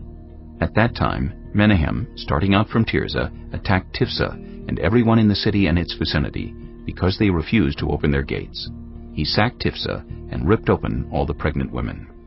In the 39th year of Azariah king of Judah, Menahem son of Gadi became king of Israel, and he reigned in Samaria 10 years. He did evil in the eyes of the Lord. During his entire reign he did not turn away from the sins of Jeroboam son of Nebat, which he had caused Israel to commit. Then Pul, king of Assyria, invaded the land, and Menahem gave him 1,000 talents of silver to gain his support and strengthen his own hold on the kingdom. Menahem exacted this money from Israel. Every wealthy person had to contribute 50 shekels of silver to be given to the king of Assyria. So the king of Assyria withdrew and stayed in the land no longer. As for the other events of Menahem's reign and all he did, are they not written in the book of the annals of the kings of Israel? Menahem rested with his ancestors, and Pekahiah his son succeeded him as king. In the 50th year of Azariah king of Judah, Pekahiah son of Menahem became king of Israel in Samaria, and he reigned 2 years. Pekahiah did evil in the eyes of the Lord. He did not turn away from the sins of Jeroboam son of Nebat, which he had caused Israel to commit. One of his chief officers, Pekah son of Remaliah, conspired against him. Taking 50 men of Gilead with him, he assassinated Pekahiah along with Argob and Ariah in the citadel of the royal palace at Samaria. So Pekah killed Pekahiah and succeeded him as king. The other events of Pekahiah's reign and all he did are written in the book of the annals of the kings of Israel. In the 52nd year of Azariah king of Judah, Pekah son of Remaliah became king of Israel in Samaria, and he reigned 20 years. He did evil in the eyes of the Lord. He did not turn away from the sins of Jeroboam son of Nebat, which he had caused Israel to commit. In the time of Pekah king of Israel, Tiglath-Pileser king of Assyria came and took Ijon, Abel-Beth-Maachah, Genoa, Kedesh, and Hazor. He took Gilead and Galilee, including all the land of Naphtali, and deported the people to Assyria. Then Hoshea son of Elah conspired against Pekah son of Remaliah. He attacked and assassinated him, and then succeeded him as king in the 20th year of Jotham son of Uzziah. As for the other events of Pekah's reign and all he did, are they not written in the book of the annals of the kings of Israel? In the 2nd year of Pekah son of Remaliah king of Israel, Jotham son of Uzziah king of Judah began to reign. He was 25 years old when he became king, and he reigned in Jerusalem 16 years. His mother's name was Jerusha, daughter of Zadok. He did what was right in the eyes of the Lord, just as his father Uzziah had done. The high places, however, were not removed. The people continued to offer sacrifices and burn incense there. Jotham rebuilt the upper gate of the temple of the Lord. As for the other events of Jotham's reign and what he did, are they not written in the book of the annals of the kings of Judah? In those days the Lord began to send Rezin king of Aram and Pekah son of Remaliah against Judah. Jotham rested with his ancestors and was buried with them in the city of David, the city of his father, and Ahaz his son succeeded him as king. Chapter 16. In the 17th year of Pekah son of Remaliah, Ahaz son of Jotham king of Judah began to reign. Ahaz was 20 years old when he became king, and he reigned in Jerusalem 16 years. Unlike David his father, he did not do what was right in the eyes of the Lord his God. He followed the ways of the kings of Israel, and even sacrificed his son in the fire, engaging in the detestable practices of the nations the Lord had driven out before the Israelites. He offered sacrifices and burned incense at the high places, on the hilltops, and under every spreading tree. Then Rezin king of Aram and Pekah son of Remaliah king of Israel marched up to fight against Jerusalem and besieged Ahaz, but they could not overpower him. At that time Rezin king of Aram recovered Elath for Aram by driving out the people of Judah. Edomites then moved into Elath and have lived there to this day. Ahaz sent messengers to say to Tiglath-Pileser king of Assyria, I am your servant and vassal. Come up and save me out of the hand of the king of Aram and of the king of Israel, who are attacking me. And Ahaz took the silver and gold found in the temple of the Lord and in the treasuries of the royal palace, and sent it as a gift to the king of Assyria. The king of Assyria complied by attacking Damascus and capturing it. He deported its inhabitants to Kir and put Rezin to death. Then King Ahaz went to Damascus to meet Tiglath-Pileser, king of Assyria. He saw an altar in Damascus, and sent to Uriah the priest a sketch of the altar with detailed plans for its construction. So Uriah the priest built an altar in accordance with all the plans that King Ahaz had sent from Damascus, and finished it before King Ahaz returned. When the king came back from Damascus and saw the altar, he approached it and presented offerings on it. He offered up his burnt offering and grain offering, poured out his drink offering, and splashed the blood of his fellowship offerings against the altar. As for the bronze altar that stood before the Lord, he brought it from the front of the temple, from between the new altar and the temple of the Lord, and put it on the north side of the new altar. King Ahaz then gave these orders to Uriah the priest. On the large new altar, offer the morning burnt offering and the evening grain offering, the king's burnt offering and his grain offering, and the burnt offering of all the people of the land, and their grain offering and their drink offering. Splash against this altar the blood of all the burnt offerings and sacrifices. But I will use the bronze altar for seeking guidance. And Uriah the priest did just as King Ahaz had ordered. King Ahaz cut off the side panels and removed the basins from the movable stands. He removed the sea from the bronze bulls that supported it and set it on a stone base. He took away the Sabbath canopy that had been built at the temple and removed the royal entryway outside the temple of the Lord, in deference to the king of Assyria. As for the other events of the reign of Ahaz and what he did, are they not written in the book of the annals of the kings of Judah? Ahaz rested with his ancestors and was buried with them in the city of David, and Hezekiah his son succeeded him as king. Chapter 17. In the 12th year of Ahaz king of Judah, Hoshea son of Elah became king of Israel in Samaria, and he reigned 9 years. He did evil in the eyes of the Lord, but not like the kings of Israel who preceded him. Shalmaneser, king of Assyria, came up to attack Hoshea, who had been Shalmaneser's vassal, and had paid him tribute. But the king of Assyria discovered that Hoshea was a traitor, for he had sent envoys to So, king of Egypt, and he no longer paid tribute to the king of Assyria, as he had done year by year. Therefore Shalmaneser seized him and put him in prison. The king of Assyria invaded the entire land, marched against Samaria, and laid siege to it for 3 years. In the 9th year of Hoshea, the king of Assyria captured Samaria and deported the Israelites to Assyria. He settled them in Halah, in Gozan on the Haber River, and in the towns of the Medes. All this took place because the Israelites had sinned against the Lord their God, who had brought them up out of Egypt from under the power of Pharaoh king of Egypt. They worshipped other gods and followed the practices of the nations the Lord had driven out before them, as well as the practices that the kings of Israel had introduced. The Israelites secretly did things against the Lord their God that were not right. From watchtower to fortified city they built themselves high places in all their towns. They set up sacred stones and Asherah poles on every high hill and under every spreading tree. At every high place they burned incense, as the nations whom the Lord had driven out before them had done. They did wicked things that aroused the Lord's anger. They worshipped idols, though the Lord had said, "You shall not do this." The Lord warned Israel and Judah through all his prophets and seers. "Turn from your evil ways. Observe my commands and decrees, in accordance with the entire law that I commanded your ancestors to obey, and that I delivered to you through my servants the prophets." But they would not listen, and were as stiff-necked as their ancestors, who did not trust in the Lord their God. They rejected his decrees and the covenant he had made with their ancestors, and the statutes he had warned them to keep.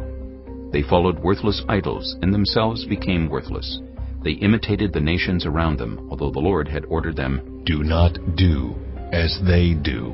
They forsook all the commands of the Lord their God, and made for themselves 2 idols cast in the shape of calves, and an Asherah pole. They bowed down to all the starry hosts, and they worshipped Baal.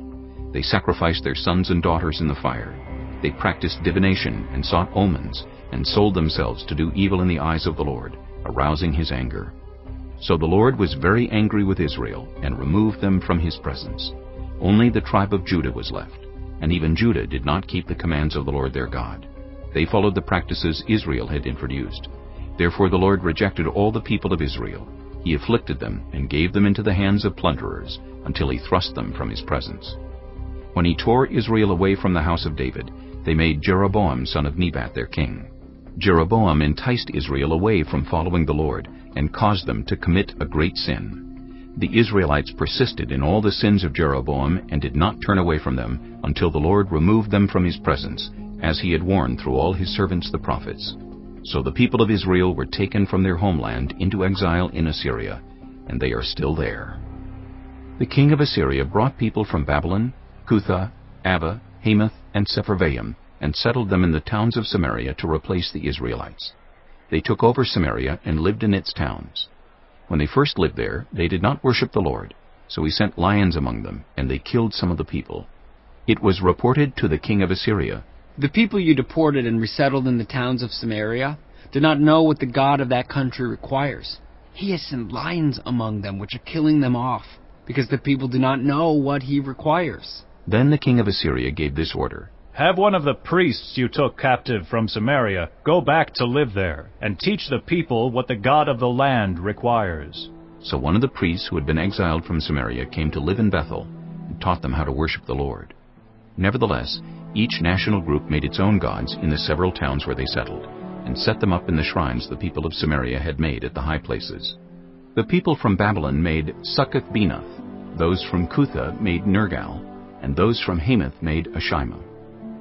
The Avites made Nibhaz and Tartak, and the Sepharvites burned their children in the fire as sacrifices to Adramelech and Anamelech, the gods of Sepharvaim. They worshipped the Lord, but they also appointed all sorts of their own people to officiate for them as priests in the shrines at the high places. They worshipped the Lord, but they also served their own gods in accordance with the customs of the nations from which they had been brought. To this day they persist in their former practices.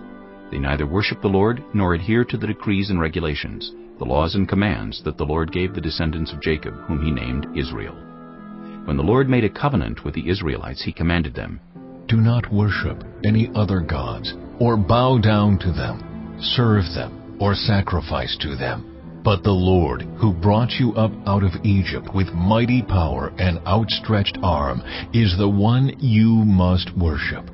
To him you shall bow down, and to him offer sacrifices. You must always be careful to keep the decrees and regulations, the laws and commands he wrote for you. Do not worship other gods. Do not forget the covenant I have made with you, and do not worship other gods. Rather, worship the Lord your God. It is he who will deliver you from the hand of all your enemies." They would not listen, however, but persisted in their former practices. Even while these people were worshiping the Lord, they were serving their idols. To this day their children and grandchildren continue to do as their ancestors did. Chapter 18. In the 3rd year of Hoshea, son of Elah, king of Israel, Hezekiah, son of Ahaz, king of Judah, began to reign. He was 25 years old when he became king, and he reigned in Jerusalem 29 years. His mother's name was Abijah, daughter of Zechariah. He did what was right in the eyes of the Lord, just as his father David had done. He removed the high places, smashed the sacred stones, and cut down the Asherah poles. He broke into pieces the bronze snake Moses had made, for up to that time the Israelites had been burning incense to it. It was called Nehushtan. Hezekiah trusted in the Lord, the God of Israel. There was no one like him among all the kings of Judah, either before him or after him. He held fast to the Lord and did not stop following him. He kept the commands the Lord had given Moses. And the Lord was with him. He was successful in whatever he undertook. He rebelled against the king of Assyria and did not serve him. From watchtower to fortified city, he defeated the Philistines as far as Gaza and its territory. In King Hezekiah's 4th year, which was the 7th year of Hoshea son of Elah, king of Israel, Shalmaneser, king of Assyria, marched against Samaria and laid siege to it. At the end of 3 years, the Assyrians took it. So Samaria was captured in Hezekiah's 6th year, which was the 9th year of Hoshea, king of Israel. The king of Assyria deported Israel to Assyria and settled them in Halah, in Gozan on the Habor River, and in towns of the Medes. This happened because they had not obeyed the Lord their God, but had violated his covenant, all that Moses, the servant of the Lord, commanded. They neither listened to the commands nor carried them out. In the 14th year of King Hezekiah's reign, Sennacherib, king of Assyria, attacked all the fortified cities of Judah and captured them. So Hezekiah king of Judah sent this message to the king of Assyria at Lachish. I have done wrong. Withdraw from me, and I will pay whatever you demand of me. The king of Assyria exacted from Hezekiah king of Judah 300 talents of silver and 30 talents of gold. So Hezekiah gave him all the silver that was found in the temple of the Lord and in the treasuries of the royal palace. At this time Hezekiah king of Judah stripped off the gold with which he had covered the doors and doorposts of the temple of the Lord, and gave it to the king of Assyria. The king of Assyria sent his supreme commander, his chief officer, and his field commander with a large army from Lachish to King Hezekiah at Jerusalem. They came up to Jerusalem and stopped at the aqueduct of the upper pool, on the road to the washerman's field. They called for the king, and Eliakim son of Hilkiah the palace administrator, Shebna the secretary, and Joah son of Asaph the recorder went out to them. The field commander said to them, Tell Hezekiah, this is what the great king, the king of Assyria, says. On what are you basing this confidence of yours? You say you have the counsel and the might for war, but you speak only empty words. On whom are you depending that you rebel against me? Look, I know you are depending on Egypt, that splintered reed of a staff which pierces the hand of anyone who leans on it. Such is Pharaoh, king of Egypt, to all who depend on him. But if you say to me, we are depending on the Lord our God, isn't he the one whose high places and altars Hezekiah removed? Saying to Judah and Jerusalem, you must worship before this altar in Jerusalem? Come now, make a bargain with my master, the king of Assyria. I will give you 2,000 horses if you can put riders on them. How can you repulse one officer of the least of my master's officials, even though you are depending on Egypt for chariots and horsemen? Furthermore, have I come to attack and destroy this place without word from the Lord? The Lord himself told me to march against this country and destroy it. Then Eliakim son of Hilkiah and Shebna and Joah said to the field commander, Please speak to your servants in Aramaic, since we understand it. Don't speak to us in Hebrew in the hearing of the people on the wall. But the commander replied, Was it only to your master and you that my master sent me to say these things, and not to the people sitting on the wall, who, like you, will have to eat their own excrement and drink their own urine? Then the commander stood and called out in Hebrew, Hear the word of the great king, the king of Assyria. This is what the king says. Do not let Hezekiah deceive you. He cannot deliver you from my hand. Do not let Hezekiah persuade you to trust in the Lord when he says, The Lord will surely deliver us. This city will not be given into the hand of the king of Assyria. Do not listen to Hezekiah. This is what the king of Assyria says. Make peace with me and come out to me. Then each of you will eat fruit from your own vine and fig tree and drink water from your own cistern, until I come and take you to a land like your own. A land of grain and new wine, a land of bread and vineyards, a land of olive trees and honey. Choose life and not death. Do not listen to Hezekiah, for he is misleading you when he says, The Lord will deliver us. Has the God of any nation ever delivered his land from the hand of the king of Assyria? Where are the gods of Hamath and Arpad? Where are the gods of Sepharvaim, Hena, and Iva? Have they rescued Samaria from my hand? Who of all the gods of these countries has been able to save his land from me? How then can the Lord deliver Jerusalem from my hand? But the people remained silent and said nothing in reply, because the king had commanded, Do not answer him. Then Eliakim son of Hilkiah the palace administrator, Shebna the secretary, and Joah son of Asaph the recorder went to Hezekiah with their clothes torn, and told him what the field commander had said. Chapter 19. When King Hezekiah heard this, he tore his clothes and put on sackcloth, and went into the temple of the Lord. He sent Eliakim the palace administrator, Shebna the secretary, and the leading priests, all wearing sackcloth, to the prophet Isaiah son of Amoz. They told him, This is what Hezekiah says. This day is a day of distress and rebuke and disgrace, as when children come to the moment of birth and there is no strength to deliver them. It may be that the Lord your God will hear all the words of the field commander, whom his master, the king of Assyria, has sent to ridicule the living God, and that he will rebuke him for the words the Lord your God has heard. Therefore pray for the remnant that still survives." When King Hezekiah's officials came to Isaiah, Isaiah said to them, "Tell your master, this is what the Lord says. Do not be afraid of what you have heard, those words with which the underlings of the king of Assyria have blasphemed me. Listen, when he hears a certain report, I will make him want to return to his own country, and there I will have him cut down with the sword."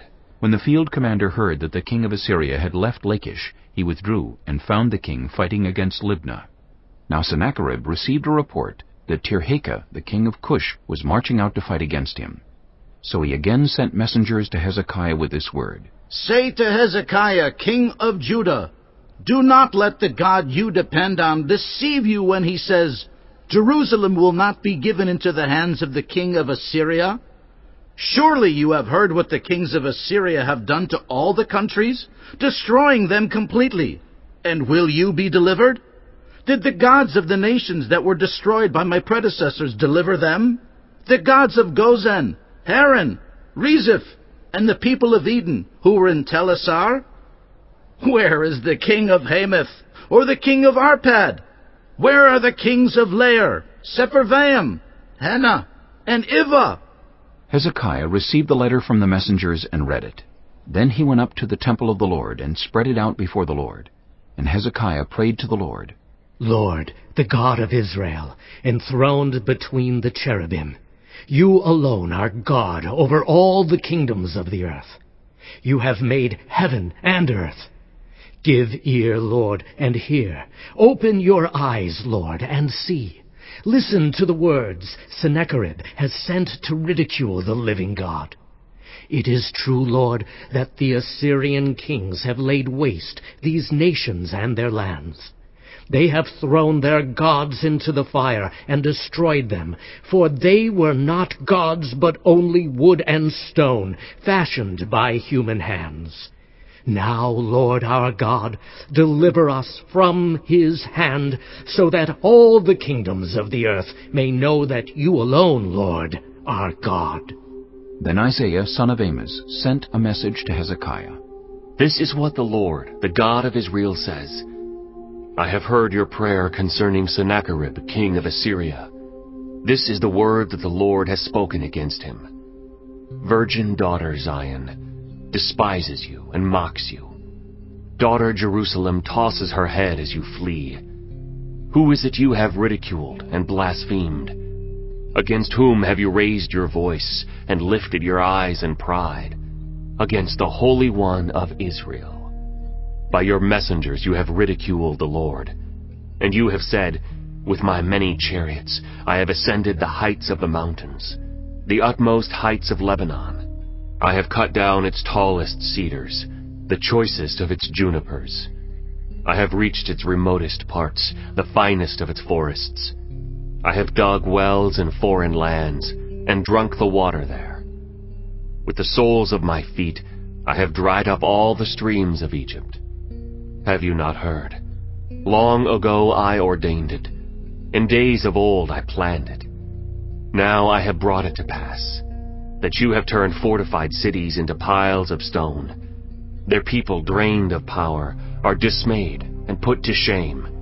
They are like plants in the field, like tender green shoots, like grass sprouting on the roof, scorched before it grows up. But I know where you are, and when you come and go, and how you rage against me. Because you rage against me, and because your insolence has reached my ears, I will put my hook in your nose, and my bit in your mouth, and I will make you return by the way you came. This will be the sign for you, Hezekiah. This year you will eat what grows by itself, and the second year what springs from that. But in the third year sow and reap, plant vineyards, and eat their fruit. Once more a remnant of the kingdom of Judah will take root below, and bear fruit above. For out of Jerusalem will come a remnant, and out of Mount Zion a band of survivors. The zeal of the Lord Almighty will accomplish this. Therefore this is what the Lord says concerning the king of Assyria. He will not enter this city, or shoot an arrow here. He will not come before it with shield, or build a siege ramp against it. By the way that he came, he will return. He will not enter this city, declares the Lord. I will defend this city and save it, for my sake, and for the sake of David, my servant. That night the angel of the Lord went out and put to death 185,000 in the Assyrian camp. When the people got up the next morning, there were all the dead bodies. So Sennacherib, king of Assyria, broke camp and withdrew. He returned to Nineveh and stayed there. One day, while he was worshipping in the temple of his god Nisroch, his sons Adramelech and Sharezer killed him with the sword, and they escaped to the land of Ararat. And Esarhaddon his son succeeded him as king. Chapter 20. In those days Hezekiah became ill and was at the point of death. The prophet Isaiah, son of Amoz, went to him and said, This is what the Lord says. Put your house in order, because you are going to die. You will not recover. Hezekiah turned his face to the wall and prayed to the Lord. Remember, Lord, how I have walked before you faithfully and with wholehearted devotion and have done what is good in your eyes. And Hezekiah wept bitterly. Before Isaiah had left the middle court, the word of the Lord came to him. Go back and tell Hezekiah, the ruler of my people, this is what the Lord, the God of your father David, says. I have heard your prayer and seen your tears. I will heal you. On the 3rd day from now, you will go up to the temple of the Lord. I will add 15 years to your life, and I will deliver you and this city from the hand of the king of Assyria. I will defend this city for my sake and for the sake of my servant David. Then Isaiah said, Prepare a poultice of figs. They did so and applied it to the boil, and he recovered. Hezekiah had asked Isaiah, What will be the sign that the Lord will heal me, and that I will go up to the temple of the Lord on the 3rd day from now? Isaiah answered, This is the Lord's sign to you, that the Lord will do what he has promised. Shall the shadow go forward 10 steps, or shall it go back 10 steps? It is a simple matter for the shadow to go forward 10 steps, said Hezekiah. Rather, have it go back 10 steps. Then the prophet Isaiah called on the Lord, and the Lord made the shadow go back the 10 steps it had gone down on the stairway of Ahaz. At that time Marduk-Baladan, son of Baladan, king of Babylon, sent Hezekiah letters and a gift, because he had heard of Hezekiah's illness. Hezekiah received the envoys, and showed them all that was in his storehouses, the silver, the gold, the spices, and the fine olive oil, his armory, and everything found among his treasures. There was nothing in his palace or in all his kingdom that Hezekiah did not show them. Then Isaiah the prophet went to King Hezekiah and asked, What did those men say, and where did they come from? From a distant land, Hezekiah replied. They came from Babylon. The prophet asked, What did they see in your palace? They saw everything in my palace, Hezekiah said. There is nothing among my treasures that I did not show them. Then Isaiah said to Hezekiah, Hear the word of the Lord. The time will surely come when everything in your palace, and all that your predecessors have stored up until this day, will be carried off to Babylon. Nothing will be left, says the Lord. And some of your descendants, your own flesh and blood who will be born to you, will be taken away, and they will become eunuchs in the palace of the king of Babylon. The word of the Lord you have spoken is good, Hezekiah replied, for he thought, Will there not be peace and security in my lifetime? As for the other events of Hezekiah's reign, all his achievements, and how he made the pool and the tunnel by which he brought water into the city, are they not written in the book of the annals of the kings of Judah? Hezekiah rested with his ancestors, and Manasseh his son succeeded him as king. Chapter 21. Manasseh was 12 years old when he became king, and he reigned in Jerusalem 55 years. His mother's name was Hephzibah. He did evil in the eyes of the Lord, following the detestable practices of the nations the Lord had driven out before the Israelites. He rebuilt the high places his father Hezekiah had destroyed. He also erected altars to Baal and made an Asherah pole, as Ahab king of Israel had done. He bowed down to all the starry hosts and worshipped them. He built altars in the temple of the Lord, of which the Lord had said, "In Jerusalem I will put my name." In the 2 courts of the temple of the Lord he built altars to all the starry hosts. He sacrificed his own son in the fire, practiced divination, sought omens, and consulted mediums and spiritists. He did much evil in the eyes of the Lord, arousing his anger. He took the carved Asherah pole he had made and put it in the temple of which the Lord had said to David and to his son Solomon, "In this temple and in Jerusalem, which I have chosen out of all the tribes of Israel, I will put my name forever.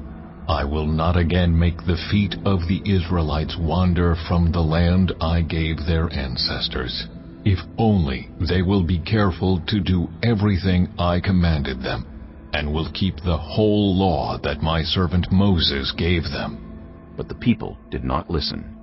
Manasseh led them astray, so that they did more evil than the nations the Lord had destroyed before the Israelites. The Lord said through his servants the prophets, "Manasseh, king of Judah, has committed these detestable sins. He has done more evil than the Amorites who preceded him, and has led Judah into sin with his idols. Therefore, this is what the Lord, the God of Israel, says. I am going to bring such disaster on Jerusalem and Judah that the ears of everyone who hears of it will tingle. I will stretch out over Jerusalem the measuring line used against Samaria, and the plumb line used against the house of Ahab. I will wipe out Jerusalem as one wipes a dish, wiping it and turning it upside down. I will forsake the remnant of my inheritance and give them into the hands of enemies. They will be looted and plundered by all their enemies. They have done evil in my eyes and have aroused my anger from the day their ancestors came out of Egypt until this day." Moreover, Manasseh also shed so much innocent blood that he filled Jerusalem from end to end, besides the sin that he had caused Judah to commit, so that they did evil in the eyes of the Lord. As for the other events of Manasseh's reign, and all he did, including the sin he committed, are they not written in the book of the annals of the kings of Judah? Manasseh rested with his ancestors, and was buried in his palace garden, the garden of Uzzah, and Amon his son succeeded him as king. Amon was 22 years old when he became king, and he reigned in Jerusalem 2 years. His mother's name was Meshullemeth, daughter of Heres. She was from Jotbah. He did evil in the eyes of the Lord, as his father Manasseh had done. He followed completely the ways of his father, worshipping the idols his father had worshipped, and bowing down to them. He forsook the Lord, the God of his ancestors, and did not walk in obedience to him. Ammon's officials conspired against him and assassinated the king in his palace. Then the people of the land killed all who had plotted against King Ammon, and they made Josiah his son king in his place. As for the other events of Ammon's reign and what he did, are they not written in the book of the annals of the kings of Judah? He was buried in his tomb in the garden of Uzzah, and Josiah his son succeeded him as king. Chapter 22. Josiah was 8 years old when he became king, and he reigned in Jerusalem 31 years. His mother's name was Jedidah, daughter of Adaiah. She was from Bozkath. He did what was right in the eyes of the Lord, and followed completely the ways of his father David, not turning aside to the right or to the left. In the 18th year of his reign, King Josiah sent the secretary, Shaphan, son of Azaliah, the son of Meshullam, to the temple of the Lord. He said, "Go up to Hilkiah the high priest, and have him get ready the money that has been brought into the temple of the Lord, which the doorkeepers have collected from the people. Have them entrust it to the men appointed to supervise the work on the temple, and have these men pay the workers who repair the temple of the Lord, the carpenters, the builders, and the masons. Also have them purchase timber and dressed stone to repair the temple. But they need not account for the money entrusted to them, because they are honest in their dealings. Hilkiah the high priest said to Shaphan the secretary, I have found the book of the law in the temple of the Lord. He gave it to Shaphan, who read it. Then Shaphan the secretary went to the king and reported to him, Your officials have paid out the money that was in the temple of the Lord, and have entrusted it to the workers and supervisors at the temple. Then Shaphan the secretary informed the king, Hilkiah the priest has given me a book. And Shaphan read from it in the presence of the king. When the king heard the words of the book of the law, he tore his robes. He gave these orders to Hilkiah the priest, Ahikam son of Shaphan, Achbor son of Micaiah, Shaphan the secretary, and Ahaziah the king's attendant. Go, and inquire of the Lord for me, and for the people, and for all Judah, about what is written in this book that has been found. Great is the Lord's anger that burns against us, because those who have gone before us have not obeyed the words of this book. They have not acted in accordance with all that is written there concerning us. Hilkiah the priest, Ahikam, Achbor, Shaphan, and Ahaziah went to speak to the prophet Huldah, who was the wife of Shallum, son of Tikvah, the son of Harhas, keeper of the wardrobe. She lived in Jerusalem in the new quarter. She said to them, This is what the Lord, the God of Israel, says. Tell the man who sent you to me, This is what the Lord says. I am going to bring disaster on this place and its people, according to everything written in the book the king of Judah has read, because they have forsaken me, and burned incense to other gods, and aroused my anger by all the idols their hands have made. My anger will burn against this place, and will not be quenched. Tell the king of Judah, who sent you to inquire of the Lord, This is what the Lord, the God of Israel, says concerning the words you heard. Because your heart was responsive, and you humbled yourself before the Lord when you heard what I have spoken against this place and its people, that they would become a curse and be laid waste, and because you tore your robes and wept in my presence, I also have heard you, declares the Lord. Therefore I will gather you to your ancestors, and you will be buried in peace. Your eyes will not see all the disaster I am going to bring on this place. So they took her answer back to the king. Chapter 23. Then the king called together all the elders of Judah and Jerusalem. He went up to the temple of the Lord with the people of Judah, the inhabitants of Jerusalem, the priests and the prophets, all the people from the least to the greatest. He read in their hearing all the words of the book of the covenant, which had been found in the temple of the Lord. The king stood by the pillar and renewed the covenant in the presence of the Lord, to follow the Lord and keep his commands, statutes, and decrees with all his heart and all his soul, thus confirming the words of the covenant written in this book. Then all the people pledged themselves to the covenant. The king ordered Hilkiah the high priest, the priests next in rank, and the doorkeepers, to remove from the temple of the Lord all the articles made for Baal and Asherah, and all the starry hosts. He burned them outside Jerusalem in the fields of the Kidron Valley, and took the ashes to Bethel. He did away with the idolatrous priests appointed by the kings of Judah to burn incense on the high places of the towns of Judah and on those around Jerusalem, those who burned incense to Baal, to the sun and moon, to the constellations, and to all the starry hosts. He took the Asherah pole from the temple of the Lord to the Kidron Valley outside Jerusalem and burned it there. He ground it to powder and scattered the dust over the graves of the common people. He also tore down the quarters of the male shrine prostitutes that were in the temple of the Lord, the quarters where women did weaving for Asherah. Josiah brought all the priests from the towns of Judah and desecrated the high places, from Geba to Beersheba, where the priests had burned incense. He broke down the gateway at the entrance of the gate of Joshua, the city governor, which was on the left of the city gate. Although the priests of the high places did not serve at the altar of the Lord in Jerusalem, they ate unleavened bread with their fellow priests. He desecrated Topheth, which was in the valley of Ben Hinnom, so no one could use it to sacrifice their son or daughter in the fire to Molech. He removed from the entrance to the temple of the Lord the horses that the kings of Judah had dedicated to the sun. They were in the court near the room of an official named Nathan-Melech. Josiah then burned the chariots dedicated to the sun. He pulled down the altars the kings of Judah had erected on the roof near the upper room of Ahaz, and the altars Manasseh had built in the two courts of the temple of the Lord. He removed them from there, smashed them to pieces, and threw the rubble into the Kidron Valley. The king also desecrated the high places that were east of Jerusalem, on the south of the hill of corruption, the ones Solomon king of Israel had built for Ashtoreth, the vile goddess of the Sidonians, for Chemosh, the vile god of Moab, and for Molech, the detestable god of the people of Ammon. Josiah smashed the sacred stones and cut down the Asherah poles and covered the sites with human bones. Even the altar at Bethel, the high place made by Jeroboam son of Nebat, who had caused Israel to sin, even that altar and high place he demolished. He burned the high place and ground it to powder, and burned the Asherah pole also. Then Josiah looked around, and when he saw the tombs that were there on the hillside, he had the bones removed from them and burned on the altar to defile it, in accordance with the word of the Lord proclaimed by the man of God who foretold these things. The king asked, "What is that tombstone I see?"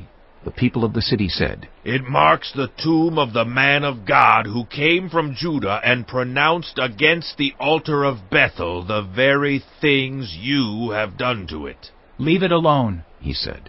"Don't let anyone disturb his bones." So they spared his bones and those of the prophet who had come from Samaria. Just as he had done at Bethel, Josiah removed all the shrines at the high places that the kings of Israel had built in the towns of Samaria and that had aroused the Lord's anger. Josiah slaughtered all the priests of those high places on the altars and burned human bones on them. Then he went back to Jerusalem. The king gave this order to all the people: "Celebrate the Passover to the Lord your God, as it is written in this book of the covenant."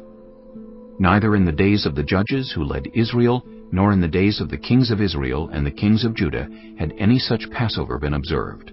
But in the 18th year of King Josiah, this Passover was celebrated to the Lord in Jerusalem. Furthermore, Josiah got rid of the mediums and spiritists, the household gods, the idols, and all the other detestable things seen in Judah and Jerusalem. This he did to fulfill the requirements of the law written in the book that Hilkiah the priest had discovered in the temple of the Lord. Neither before nor after Josiah was there a king like him who turned to the Lord as he did, with all his heart, and with all his soul, and with all his strength, in accordance with all the law of Moses. Nevertheless, the Lord did not turn away from the heat of his fierce anger, which burned against Judah, because of all that Manasseh had done to arouse his anger. So the Lord said, "I will remove Judah also from my presence as I removed Israel, and I will reject Jerusalem, the city I chose, and this temple, about which I said, my name shall be there." As for the other events of Josiah's reign and all he did, are they not written in the book of the annals of the kings of Judah? While Josiah was king, Pharaoh Necho, king of Egypt, went up to the Euphrates River to help the king of Assyria. King Josiah marched out to meet him in battle, but Necho faced him and killed him at Megiddo. Josiah's servants brought his body in a chariot from Megiddo to Jerusalem and buried him in his own tomb.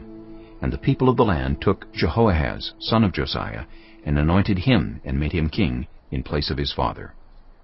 Jehoahaz was 23 years old when he became king, and he reigned in Jerusalem 3 months. His mother's name was Hamutal, daughter of Jeremiah. She was from Libnah. He did evil in the eyes of the Lord, just as his predecessors had done. Pharaoh Necho put him in chains at Riblah in the land of Hamath, so that he might not reign in Jerusalem, and he imposed on Judah a levy of 100 talents of silver and a talent of gold. Pharaoh Necho made Eliakim, son of Josiah, king in place of his father Josiah, and changed Eliakim's name to Jehoiakim. But he took Jehoahaz and carried him off to Egypt, and there he died. Jehoiakim paid Pharaoh Necho the silver and gold he demanded. In order to do so, he taxed the land, and exacted the silver and gold from the people of the land according to their assessments. Jehoiakim was 25 years old when he became king, and he reigned in Jerusalem 11 years. His mother's name was Zebidah, daughter of Pedaiah. She was from Rumah. And he did evil in the eyes of the Lord, just as his predecessors had done. Chapter 24. During Jehoiakim's reign, Nebuchadnezzar, king of Babylon, invaded the land, and Jehoiakim became his vassal for 3 years. But then he turned against Nebuchadnezzar and rebelled. The Lord sent Babylonian, Aramean, Moabite, and Ammonite raiders against him to destroy Judah, in accordance with the word of the Lord proclaimed by his servants the prophets. Surely these things happened to Judah according to the Lord's command, in order to remove them from his presence because of the sins of Manasseh and all he had done, including the shedding of innocent blood. For he had filled Jerusalem with innocent blood, and the Lord was not willing to forgive. As for the other events of Jehoiakim's reign and all he did, are they not written in the book of the annals of the kings of Judah? Jehoiakim rested with his ancestors, and Jehoiakim his son succeeded him as king. The king of Egypt did not march out from his own country again, because the king of Babylon had taken all his territory from the Wadi of Egypt to the Euphrates River. Jehoiakim was 18 years old when he became king, and he reigned in Jerusalem 3 months. His mother's name was Nehushta, daughter of Elnathan. She was from Jerusalem. He did evil in the eyes of the Lord, just as his father had done. At that time, the officers of Nebuchadnezzar, king of Babylon, advanced on Jerusalem and laid siege to it. And Nebuchadnezzar himself came up to the city while his officers were besieging it. Jehoiakim, king of Judah, his mother, his attendants, his nobles, and his officials all surrendered to him. In the 8th year of the reign of the king of Babylon, he took Jehoiakim prisoner. As the Lord had declared, Nebuchadnezzar removed the treasures from the temple of the Lord and from the royal palace, and cut up the gold articles that Solomon king of Israel had made for the temple of the Lord. He carried all Jerusalem into exile, all the officers and fighting men, and all the skilled workers and artisans, a total of 10,000. Only the poorest people of the land were left. Nebuchadnezzar took Jehoiakim captive to Babylon. He also took from Jerusalem to Babylon the king's mother, his wives, his officials, and the prominent people of the land. The king of Babylon also deported to Babylon the entire force of 7,000 fighting men, strong and fit for war, and 1,000 skilled workers and artisans. He made Mattaniah, Jehoiakim's uncle, king in his place, and changed his name to Zedekiah. Zedekiah was 21 years old when he became king, and he reigned in Jerusalem 11 years. His mother's name was Hamutal, daughter of Jeremiah. She was from Libnah. He did evil in the eyes of the Lord, just as Jehoiakim had done. It was because of the Lord's anger that all this happened to Jerusalem and Judah, and in the end he thrust them from his presence. Now Zedekiah rebelled against the king of Babylon. Chapter 25. So in the 9th year of Zedekiah's reign, on the 10th day of the 10th month, Nebuchadnezzar, king of Babylon, marched against Jerusalem with his whole army. He encamped outside the city and built siege works all around it. The city was kept under siege until the 11th year of King Zedekiah. By the 9th day of the 4th month, the famine in the city had become so severe that there was no food for the people to eat. Then the city wall was broken through, and the whole army fled at night through the gate between the 2 walls near the king's garden, though the Babylonians were surrounding the city. They fled toward the Arabah, but the Babylonian army pursued the king and overtook him in the plains of Jericho. All his soldiers were separated from him and scattered, and he was captured. He was taken to the king of Babylon at Riblah, where sentence was pronounced on him. They killed the sons of Zedekiah before his eyes. Then they put out his eyes, bound him with bronze shackles, and took him to Babylon. On the 7th day of the 5th month, in the 19th year of Nebuchadnezzar, king of Babylon, Nebuzaradan, commander of the imperial guard, an official of the king of Babylon, came to Jerusalem. He set fire to the temple of the Lord, the royal palace, and all the houses of Jerusalem. Every important building he burned down. The whole Babylonian army, under the commander of the imperial guard, broke down the walls around Jerusalem. Nebuzaradan, the commander of the guard, carried into exile the people who remained in the city, along with the rest of the populace and those who had deserted to the king of Babylon. But the commander left behind some of the poorest people of the land to work the vineyards and fields. The Babylonians broke up the bronze pillars, the movable stands, and the bronze sea that were at the temple of the Lord, and they carried the bronze to Babylon. They also took away the pots, shovels, wick trimmers, dishes, and all the bronze articles used in the temple service. The commander of the imperial guard took away the censers and sprinkling bowls, all that were made of pure gold or silver. The bronze from the 2 pillars, the sea, and the movable stands, which Solomon had made for the temple of the Lord, was more than could be weighed. Each pillar was 18 cubits high. The bronze capital on top of one pillar was 3 cubits high, and was decorated with a network and pomegranates of bronze all around. The other pillar with its network was similar. The commander of the guard took as prisoners Sariah the chief priest, Zephaniah the priest next in rank, and the 3 doorkeepers. Of those still in the city, he took the officer in charge of the fighting men and 5 royal advisers. He also took the secretary who was chief officer in charge of conscripting the people of the land, and 60 of the conscripts who were found in the city. Nebuzaradan the commander took them all and brought them to the king of Babylon at Riblah. There at Riblah, in the land of Hamath, the king had them executed. So Judah went into captivity, away from her land. Nebuchadnezzar, king of Babylon, appointed Gedaliah son of Ahikam, the son of Shaphan, to be over the people he had left behind in Judah. When all the army officers and their men heard that the king of Babylon had appointed Gedaliah as governor, they came to Gedaliah at Mizpah. Ishmael son of Nethaniah, Johanan son of Kareah, Seraiah son of Tanhumeth the Netophathite, Jaazaniah the son of the Maacathite, and their men. Gedaliah took an oath to reassure them and their men. "Do not be afraid of the Babylonian officials," he said. "Settle down in the land and serve the king of Babylon, and it will go well with you." In the 7th month, however, Ishmael son of Nethaniah the son of Elishama, who was of royal blood, came with 10 men and assassinated Gedaliah, and also the men of Judah and the Babylonians who were with him at Mizpah. At this, all the people from the least to the greatest, together with the army officers, fled to Egypt for fear of the Babylonians. In the 37th year of the exile of Jehoiakim king of Judah, in the year Alwel-Marduk became king of Babylon, he released Jehoiakim king of Judah from prison. He did this on the 27th day of the 12th month. He spoke kindly to him, and gave him a seat of honor higher than those of the other kings who were with him in Babylon. So Jehoiakim put aside his prison clothes, and for the rest of his life ate regularly at the king's table. Day by day the king gave Jehoiakim a regular allowance as long as he lived.